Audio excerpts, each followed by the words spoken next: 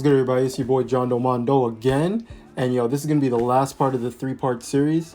So I did the easiest languages to learn, the medium level languages to learn, and now for this video I'm gonna be doing the 5 most difficult languages to learn in the entire world. All right, so if you guys haven't seen the previous parts, then make sure you guys check that out, all that stuff. Like the video, subscribe, share with your friends.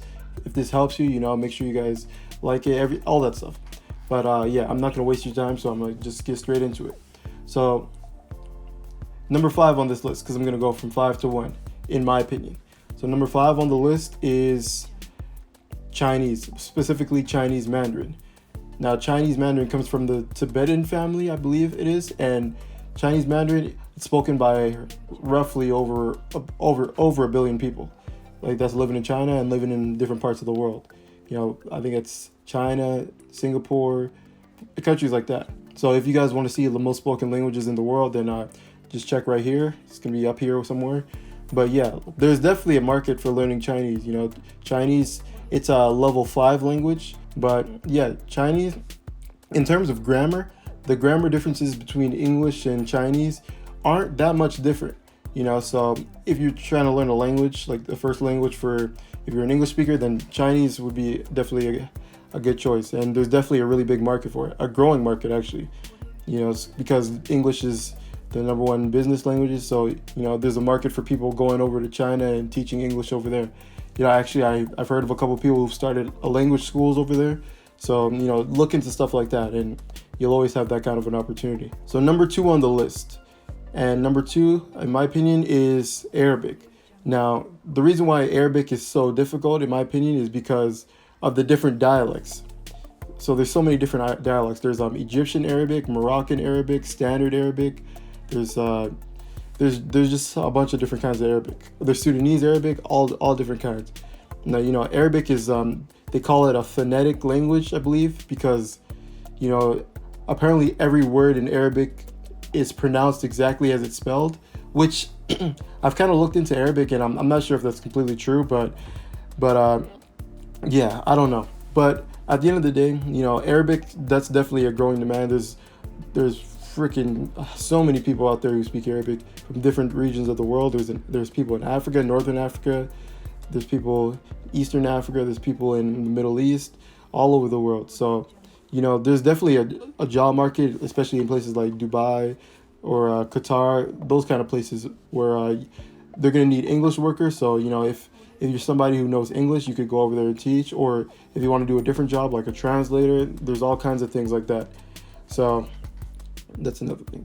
And it's another one of those level 5 languages I find really, I've tried Arabic a little bit, actually, for I think a couple of days, just trying to feel out the language. And yeah, it's a trip, especially the writing system. The writing system's got to be after Chinese, Japanese, Korean, like that's probably the hardest writing system to learn.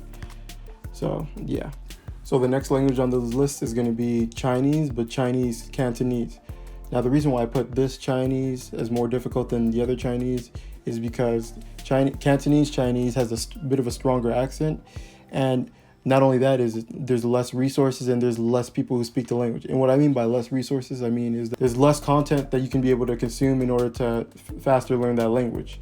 So, and not to mention that Chinese Mandarin is becoming more and more popular among what people are teaching in schools, especially because Cantonese itself originated in the southern part of China, in the Canton region, or what's known as Guangzhou. I believe I pronounced that right.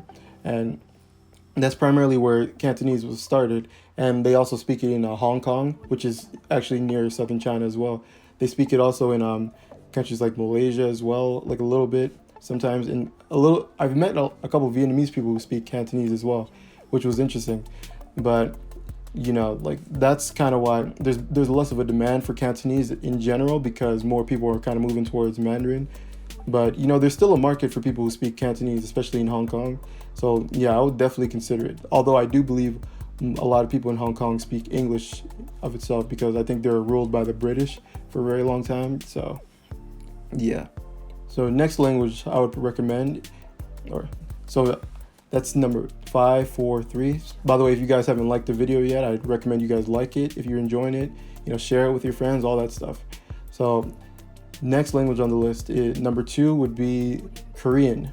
Now, Korean is very difficult. Like, it's the pronunciation is especially difficult. It's not a tonal language like a Chinese Mandarin or Cantonese, but it's just the pronunciation, the accent itself is actually it's very difficult. I've tried it a little bit, and yeah, it definitely takes some getting used to. But Korean didn't make my list for top languages, most spoken languages, but there's still a really big percentage of people who speak Korean in America here, and I think I can't remember what the Korean population is, but yeah, I would say there's definitely a market over there for people who want to learn English. So if you wanted to become a teacher over there, that's an option, or a translator, or things like that. But compared to all the other languages on this list, I would say it's a bit lower in demand, but it's still high. So if you guys have a passion for Korean, then I definitely recommend you guys travel over there. Yeah, so in terms of Korean, like, I feel like a lot of people that learn Korean, like, they kind of have, it's like an obsession with Korean culture, which is actually really interesting, like with like K-pop culture, like Korean dramas, all that stuff. So I mean, that's one thing that makes it a little bit more easy. It's they've got a lot of content that you can kind of use as a reference to when you're trying to learn your languages. So yeah, Korean, I definitely put it up there. In terms of the writing system, I would put that up there with Chinese as well. But yeah, anyways, so let me get to the last on this list, and it's interesting. The last ones are always the ones that I'm learning, obviously. And number 1 on this list to me is Japanese. This is my language. This is the language I'm learning. Okay, and Japanese. The reason why I say it's the most difficult is because not only is the grammar completely opposite from English, but it's also completely opposite from like languages like Chinese as well. So Japanese, in Japan, I believe the population is about 126 million. Now they've got a really high growing demand for English speakers as well. There's all different kinds of content, but at the same time, you could learn the basics of Japanese, but like from content, but if you're not speaking to people, then it's going to be hard to actually, learn the contextual Japanese, like, because a lot of the Japanese that you consume in media, the normal people don't speak like that. I've had calls with a couple, Japanese pen pals, and they don't speak anything like they do in anime. They don't speak anything like how they do in those podcasts or TV shows, like nothing like that. So, you got to learn like that kind of a language. Like Japanese is like multi-varied. So you're going to have to learn from media, and you're also going to have to learn by talking to people as well.